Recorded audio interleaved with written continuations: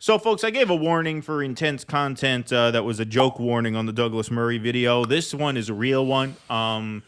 No graphic violence. Obviously, we don't show any graphic, bloody violence here, but this is really a gut wrenching story. We are minutes away from death. Gaza's Al Shifa hospital under attack. Palestinian health officials say babies in incubators are fighting for their lives as Israel lays siege to the hospital compound.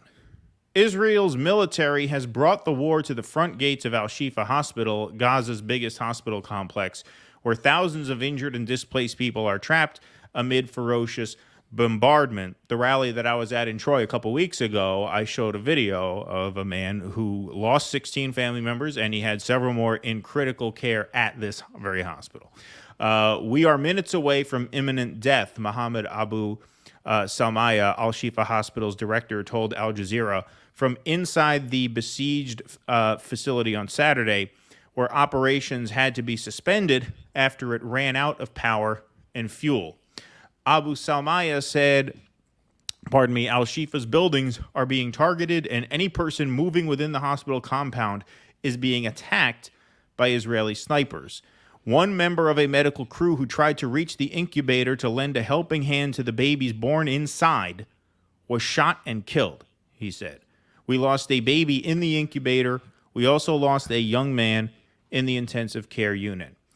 Gaza Deputy Health Minister Yusuf Abu al-Rish, who is currently inside Al Shifa Hospital, told Al Jazeera that all generators and power sources were off. We have 39 newborns in the incubators. Those babies are fighting against death. Ferocious gunfire can be heard within the vicinity of the hospital. The intensive care unit received a mortar shell a few minutes ago. Blood is everywhere on the floor. We cannot even clean it, he added. Doctors Without Borders, also known by its French name, Médecins Sans Frontières. I'm butchering the accent there, but you get it. Sans means without, so there you go. Medicine Without Frontiers. Confirmed the situation, saying people were being shot as they tried to exit Al Shifa Hospital. So Doctors Without Borders is a truly incredible outfit. I mean, they are an incredible organization, and they confirmed that what is being reported in this article is true. Before we get to the rest of the article, I want to play some audio that Doctors Without Borders tweeted out of one of their doctors. Often these are doctors who go into these war zones, right? They're not people who are there from jump. They're people who volunteer to go and put themselves in harm's way in these just unthinkable situations. So here is some audio that Doctors Without Borders put on their Twitter. Very bad. We don't have connection. There is no internet.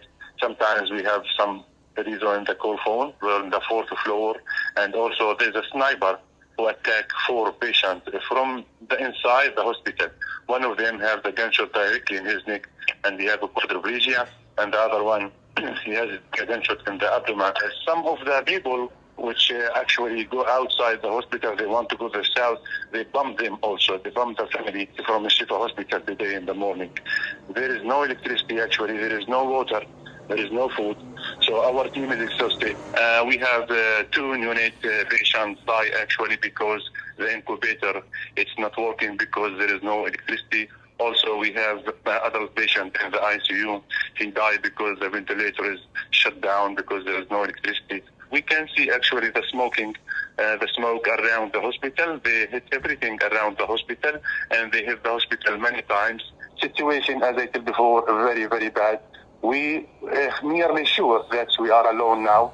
No one hear us, but we want someone to give us the guarantee that they can evacuate the patients, because we have about 600 inpatient person who need a medical care and who need to evacuation. The problem is to be sure that we can evacuate the neonate patients, because we have about 37 to 40 cases of the neonate, the premature baby. We have about 17 other patients in the ICU, and we have about 600 admitted patients pretty operated which need a medical care. So situation is very, very bad. We need help. No one hear us. It's just incredible the level of poise that these people show. I mean, they're in a hospital And where courage. people are being sniped, and courage, obviously.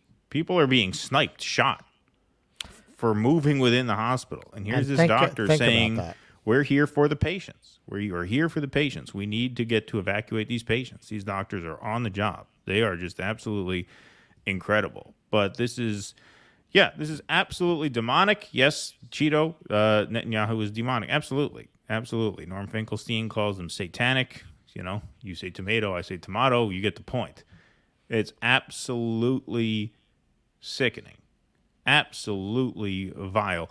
Located in the northern Rimal neighborhood close to the port, Al-Shifa became a hospital in 1946, undergoing successive expansions. The facility has become a lifeline for people seeking urgent medical intervention. So this hospital is almost 80 years old. Thousands of people who have lost their homes in Israel's continuing bombardment are also living in the hospital corridors and courtyard. Israel claims Al-Shifa provides cover for a Hamas command center, an accusation the hospital's director has rejected as utter lies. Doctors who have done work with charities there have also said, yeah, no, we don't see any evidence of that whatsoever. Hamas also rejects the claims. United Nations High Commissioner for Human Rights, Volker Turk, who is visiting the region, has said any armed group that uses civilian infrastructure to shield itself is contravening the laws of war.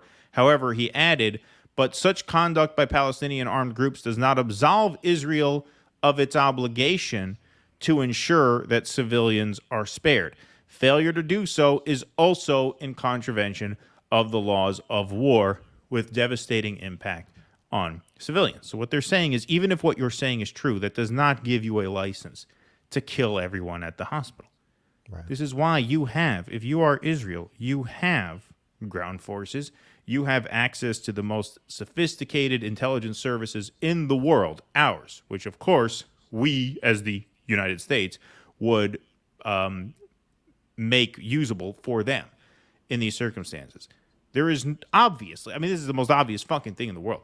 There is obviously no excuse in the world to do what they are doing now, which is laying siege upon a hospital. Al-Shifa, as the article mentions, this was a staple of northern Gaza. This hospital has been a fixture of northern Gaza for almost 80 years, since 1946. And now these people in there assume that they are going to die. These doctors know the odds of being in a hospital with no fuel, no electricity, no escape. Not only no escape, being shot through the windows, like the guy said, by snipers. Movement in the hospital is fired upon. Now, how evil is a military, is a government, where snipers would be shooting into the window of a hospital? How on earth can you keep invoking October 7th to justify this? That was a horrible event, and we don't sanction that kind of violence against anybody. But nothing justifies this. This is collective punishment. These are war crimes in broad daylight, and that's why their propaganda is just not working. It's a world of social media where people can see your lies as fast as you make them up, and people are just not going to go along this time.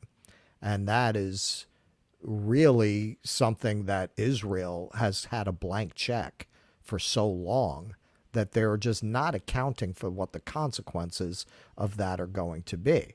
I think Israel, whatever the outcome of the military action, is going to be an international pariah outside of the United States and its satellites. I think you're going to see sanctions. I think you're going to see people withdraw their ambassadors and kick out the Israelis. I think it's going to be treated by BRICS nations and its allied countries as a rogue state going forward. Yeah, they are not going to get away with this. I mean, whether action will be taken in time to save Gaza and save these people. That's the horrific thing.